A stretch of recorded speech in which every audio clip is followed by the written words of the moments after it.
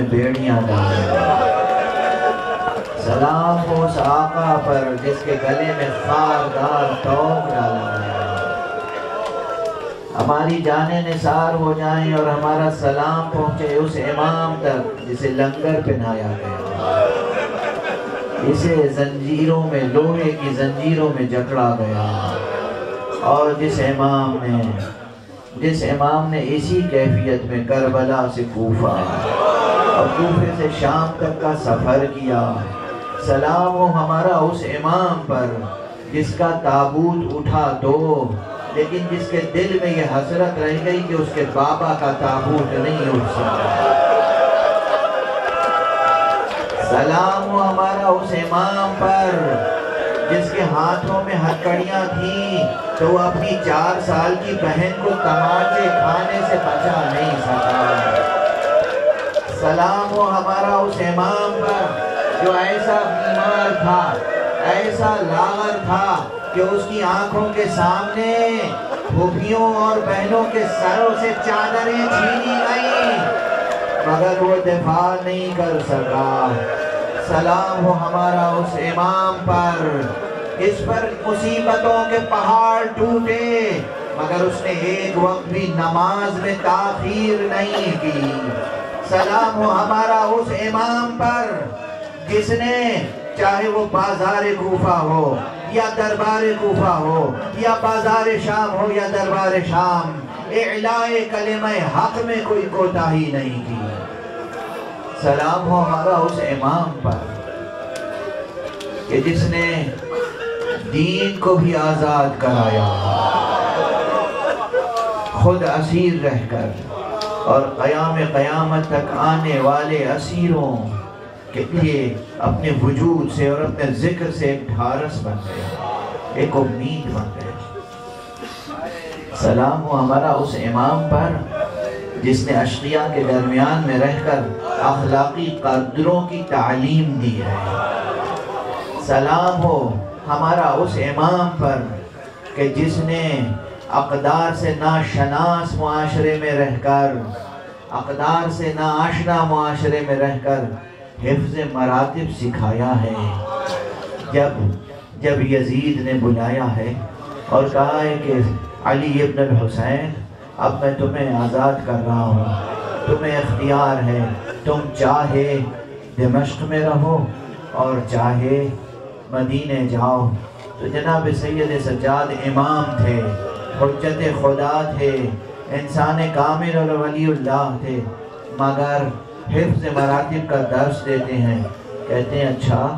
میرے قافلے میں سب سے بزرگ میری پھوپھی زینب ہے، میں پہلے پھوپھی زینب سے اجازت لوں گا اور اس کے بعد بتاؤں گا کہ ہمارا فیصلہ کیا ہے۔ جناب سید سجاد پھوپھی کے پاس آئے، پھوپھی سے پوچھا پھوپھی اماں فرمائیں آپ کا فیصلہ کیا ہے، آپ کیا چاہتی ہیں؟ یزید چاہتا ہے کہ ہمیں اب آزاد کر دے، اس نے اختیار دیا ہے، ہم چاہیں تو دمشق میں رہیں، چاہیں تو مدینے چلے جائیں۔ جناب بی بی زینب نے شرطیں رکھی، کہا جاؤ، کہو ہم دمشق میں تو نہیں رہیں گے، ہمیں مدینے جانا ہے، مگر کچھ شرطیں ہیں، پہلے ہمارے وہ تبرکات واپس کرے جو زہرا کے تبرکات ہیں، جو اہل بیت مصطفیٰ کے تبرکات ہیں، جو لوٹے گئے ہیں وہ تبرکات واپس کیے جائیں۔ جا کے کہو میرے بھائی حسین کا سر مجھے واپس کیا جائے، جا کے کہو ہمارے بچوں کے سر واپس کیے جائیں، جا کے کہو ہم جائیں گے مدینے مگر پہلے اس شام میں فرش عزائے حسین بچھائیں گے، ہم اطاعت مصطفیٰ کریں گے، ہم یہ عبادت خدا بجا لائیں گے، پہلے حسین کا ذکر کریں گے، گریہ کریں گے، ماتم کریں گے، پرسا لیں گے، پھر جائیں گے، اور اس کے بعد ہم یوں نہیں جائیں گے مدینے، یہاں سے کربلا جائیں گے، کربلا سے مدینے جائیں گے۔ امام نے تمام شرطیں منظور کرائیں، امام دمشق سے کربلا گئے، کربلا سے مدینے گئے، امام نے 34 برس زندگی گزاری، یہ 34 برس کی زندگی مسلسل گریہ و زاری میں گزری، مسلسل گریہ و زاری میں گزری۔ جب وضو کے لیے سامنے پانی آتا تھا آقا گریہ کرتے تھے، جب سامنے دسترخوان لگتا تھا آقا گریہ کرتے تھے، جب کسی راستے سے گزرتے تھے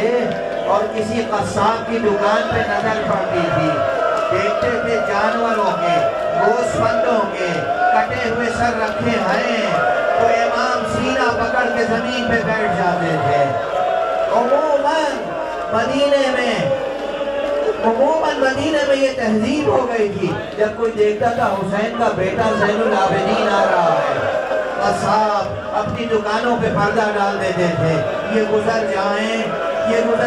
سامنے سے تو پھر ہم دکان کھول لیں گے۔ ایک مرتبہ ایسا ہوا کہ آقا گزر رہے تھے اور سامنے قصاب کی نگاہ نہیں پڑی، کٹے ہوئے سر رکھے ہوئے تھے، امام کی نظر پڑی، چہرے کا رنگ بدل گیا، کمر تھام کے زمین پر بیٹھ گئے۔ لوگوں میں شور بلند ہوا، حسین کا بیٹا،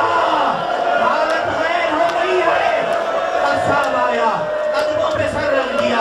آقا مجھ سے غلطی ہو گئی ہے، آپ فرما دے، میری نظر نہیں پڑی، کہا نہیں لا علیہ، تمہارے اوپر کوئی معصیت نہیں ہے، مگر اتنا بتا دے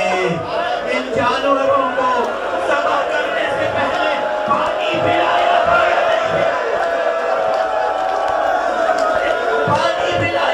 نہیں پلایا تھا؟ اس نے کہا آقا یہ ممکن نہیں ہے، ہم پہلے غذا دیتے ہیں، پانی پلاتے ہیں، پھر ذبح کرتے ہیں۔ امام نے فرمایا خدا کی قسم، رسول کا بیٹا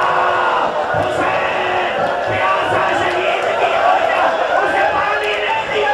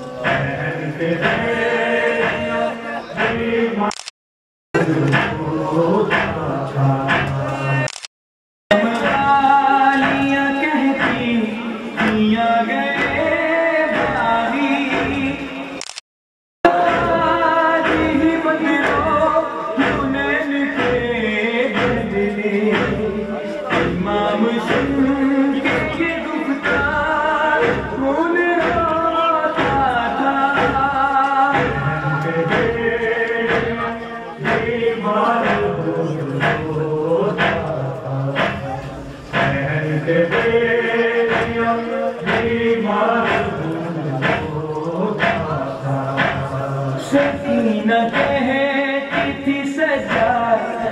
کربلا لے چل،